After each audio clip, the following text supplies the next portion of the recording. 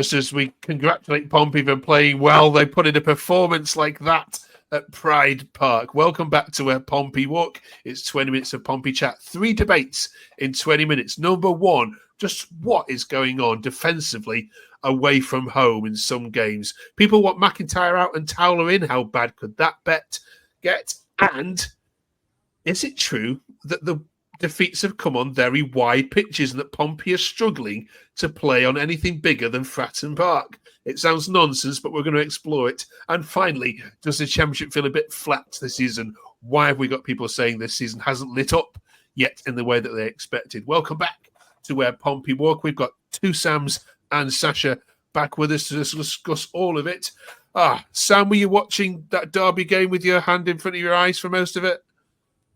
I mean, Sam, it was couldn't really go off to a worse start. I think it was 8 minutes the first goal went in, and then obviously half an hour you're 3-0 down. You just wanted it to not get as more embarrassing as it can. So yeah, I think it's just one of them. You just got to, it's happened now, side, and let's move on.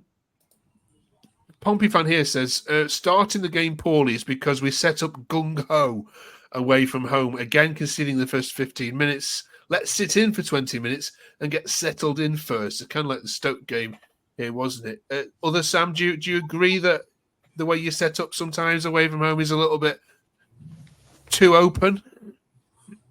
Yeah, I think so. I think our style of play sometimes maybe doesn't match our away from home where we go. I'm just going to point this out there, though. Gary O'Neill got sacked this morning, so just saying, maybe. I think we're definitely too open away from home, and we definitely try and we're playing League One football away from home is what we're trying to do. Sasha, why does this keep happening? I mean, first of all, was this as bad as Stoke? I mean, I know you conceded less goals than you did at Stoke, but was it as bad as that in terms of how clueless you looked? Part of me thinks that it's worse because of the team that we played against. You know, Derby and Oxford, 2 teams we should not be losing, let alone getting battered by the teams that finished below us last season and went up with us. It just shows that I don't think this summer we've done enough in the market. Derby obviously have the players they were bringing off the bench. They walk into our starting 11, I'd say, and I think that showed. There's lots of criticism. For McIntyre. Sam, people were saying that's the single worst performance from a Pompey defender I have ever seen by McIntyre, beating Drew Talbot's comedy special against Oldham all those years ago. He should never start a game for us after that rubbish. One change in defence and the whole team turned to garbage. It's too harsh, those comments there, Sam? I mean, listen, I think McIntyre knows he obviously wasn't at it on Friday night. I think one of the goals, it was either second or third, obviously it came off him, which didn't do him any favours. But like I saw it, I wouldn't mind seeing Riley Towler in because obviously he started the season with us. And I think they're probably around the similar sort of level, to be honest. So I don't see why you shouldn't give him a chance. Why isn't he given a chance, Sam? Gary says, surely you remove McIntyre. Towler can't do any worse, making another Championship team look like Barcelona. Pompey gives you a glimpse of hope and then look like the most poor team in the league. Absolutely clueless. Some of these were obviously written very late on Friday night after that. Would you bring in Towler, Sam?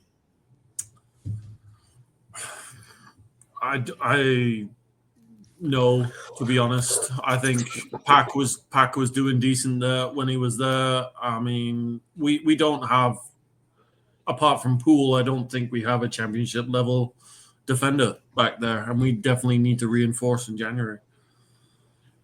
So that would go along with this particular comment then, which was about Towler being overlooked. Can someone tell me why Towler is being overlooked? Sasha, can you explain it? To be honest, I'm not really sure why myself. I thought, I did think he'll get a run in. When you're getting your centre mid, who was doing terrible at the start of the season, starting at centre back ahead of you, obviously he's not doing something great in training. Maybe he's not good enough for the level yet. Maybe Mousinho thinks, he needs a loan away for half a season and then start again next year. I'm not entirely sure why, but I trust the coaching staff enough. If he's not good enough to start for us now, why should we bring him in? Okay. One of the most bizarre complaints or reasons that Pompey are struggling, Sam, was about the width of the pitches, which came up in more than one.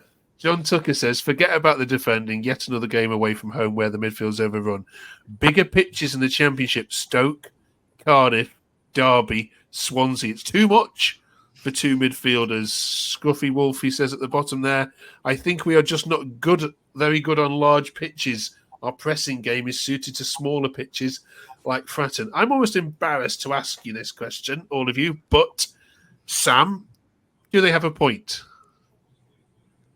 I think it's a stretch coming at the pitches. I think we've got to look at players, how we start games. But the only thing, the pattern that I have seen is the midweek sort of games. I know Friday's not really midweek, but the games under lights away, we have struggled. So if you've got the Stoke one Tuesday night, obviously Cardiff one, and this one now under lights on the Friday night against Derby, the players seem to, I don't know what it is, are they not up for it, or there's clearly a pattern emerging with that. But I think blaming the pitch is a bit far.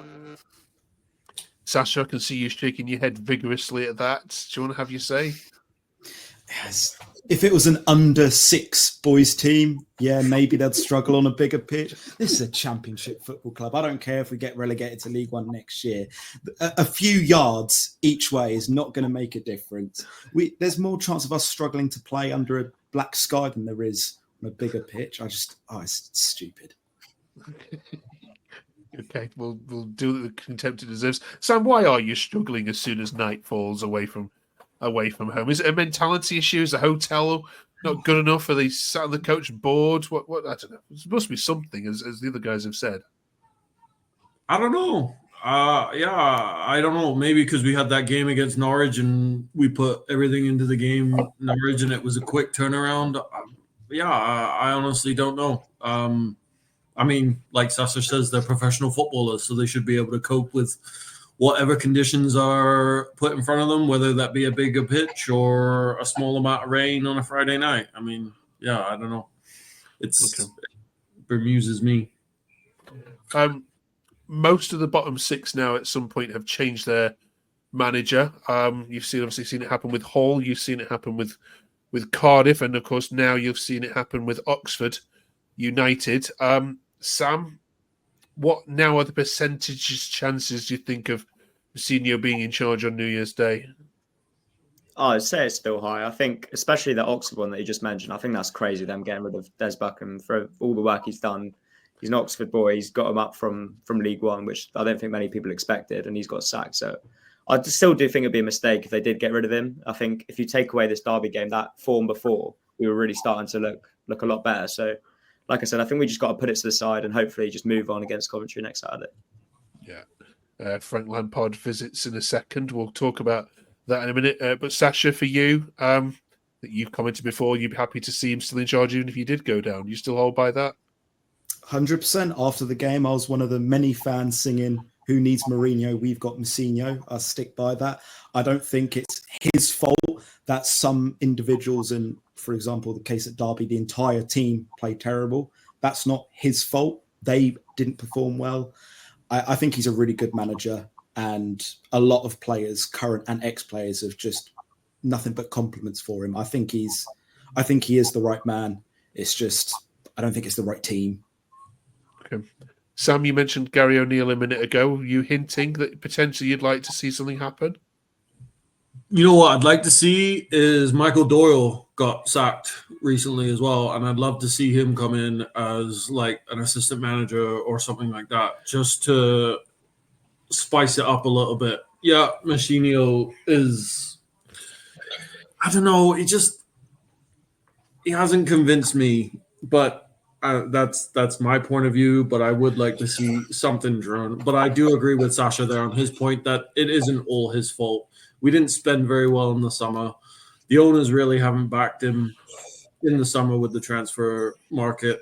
And we need to do something drastically in January, whether that's buying players or looking at something else. Okay. some bit of good news for Pompey this week, as much as we can't cheer up. Norwich fans said, as just a note, that the steak and ale pie I had at Portsmouth last night may make the all-time list. That is all. So well done, Pompey. You officially have the nicest pies going in the Championship. You'll never see that. You'll never see that. Absolutely. Don't we have like a 12-foot or 12-inch sausage roll or something like that as well? Didn't that make the round? I've seen something like that. Yeah. It's all right. A final point, a general point, just on the Championship in general. Lots of people are saying this year hasn't yet come to life. It feels a bit flat. It's a little bit dull. We haven't had too many exciting games. Obviously, you're happy to be back, and Fratton Park is probably one of the only grounds where the atmosphere has been bouncing. Sam, do you think there's a bit of a lull in football in general, or do you think there is a problem with the Championship at the moment? I think it's more the predictability of it. I think if people did their predictions before the league started, they'd obviously have like the Sheffield, Leeds, Burnley all at the top there. And I think it's just going back to like the difference in class between the Prem and the Championship, because those teams that come down do tend to go straight back up. So I can see it from that sort of point of view. But yeah, I don't think you can compare it to the Premier League when the VAR stuff's going on. It's real football in the Championship. I think I can get behind that argument for something like the Prem, but yeah. Okay, Sasha, what's your view on this? I do think it's football in general, really. I think a lot of things are being added in and taken away that kind of take away from the whole experience for fans mainly. I saw the Sheffield United chaps earlier talking about it, how in a lot of grounds, you can get a letter to your door telling you off for persistent standings. Shouldn't be a thing. That's pathetic. Thankfully, from what I know, Fratton Park hasn't got anything like that at all in place, and my experience for the most part is more than fine. But I can see why a lot of people think that this season especially, it's just, and like Sam mentioned, the predictability, the Championship, money does start playing a role.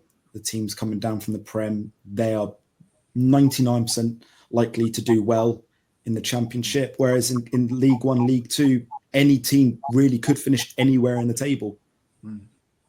I'll ask you this, and I'll come to you, Sam, in a minute. I know you're in Canada, so I'll exclude you from this conversation. Do either of you know people that have gone to less games this season because of the 12:30 Sky deals? I've watched Pompey more this season than I have in any other season, obviously, so I can chat to you guys about it. But if it's on, I'll flick and watch it. Do you think that's having an impact, either of you? Yeah, I do. Yeah, myself, for example, the Norwich game, I was working till 8:00. As soon as 8:00, I sprinted to Fratton Park. I made it 30 minutes into the game. In League One, League Two, when it was just the 7:45 on a Tuesday, 3 p.m. on a Saturday, I didn't have to worry about that because I knew that the set game, set time, every single week, nothing weird. It feels like already this season I've watched a game every single day of the week. It feels weird. Yeah. Do you think it would help going down to 22 teams or 20 teams, and then also looking at how parachute payments are sorted, as some suggesting, Sam? Yeah, just to go on your last point there, I was watching the United Derby beforehand, and I think for the first 85 minutes I was bored. And I think it's just football in general. It's just football, like Sam says, it's just become predictability and bored. I actually don't think there's anything wrong with the Championship. I think the Championship is probably one of the most competitive leagues in Europe, and I think it's more competitive than you look at France, Germany, or anything like that. So I don't think changing the league structure in that way would do anything. But I agree with Sasha as well. I think, what was it, from December 5th to January 4th or something, you could watch a game every day. Which, again, it doesn't help. You're looking at fans as well traveling. I mean, some fans have to make, and I feel for them, some fans have to make like a 8-hour journey to make a 12:30 kickoff. That's ridiculous on a Saturday. That's ridiculous. Yeah. Absolutely. Finally, then, just on the fans, last week across all our network, we asked all 24 teams who are the best away fans to visit your stadium. I forget who you said, forgive me, but over half of the other fans, of course, obviously you've not visited every stadium yet. I think every stadium you visited so far all said Pompey. So well done. They all said, could you please leave the bell at home? But, that's just part of Pompey culture, isn't it? Was it Coventry that said it just never stops? Trust me, Mark. Yeah. Trust me, Mark. We don't like them either. So,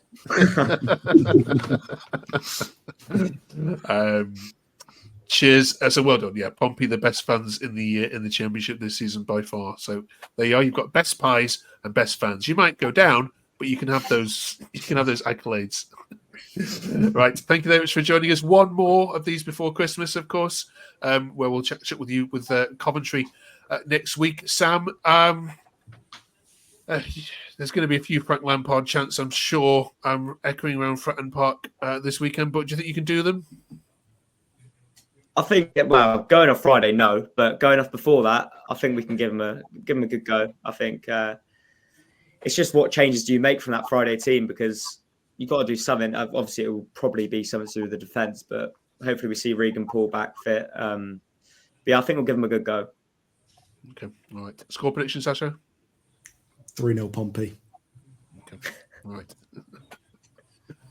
Love the confidence. Okay, thank you very much for watching. Please subscribe. We know there's tons of other Pompey content you can watch, but it's 20 minutes of light-hearted chat looking at a light-hearted view on Pompey's season. Thank you, Sam, Tham, and Sasha, and we'll thank you for watching. We'll see you on the other side of Coventry.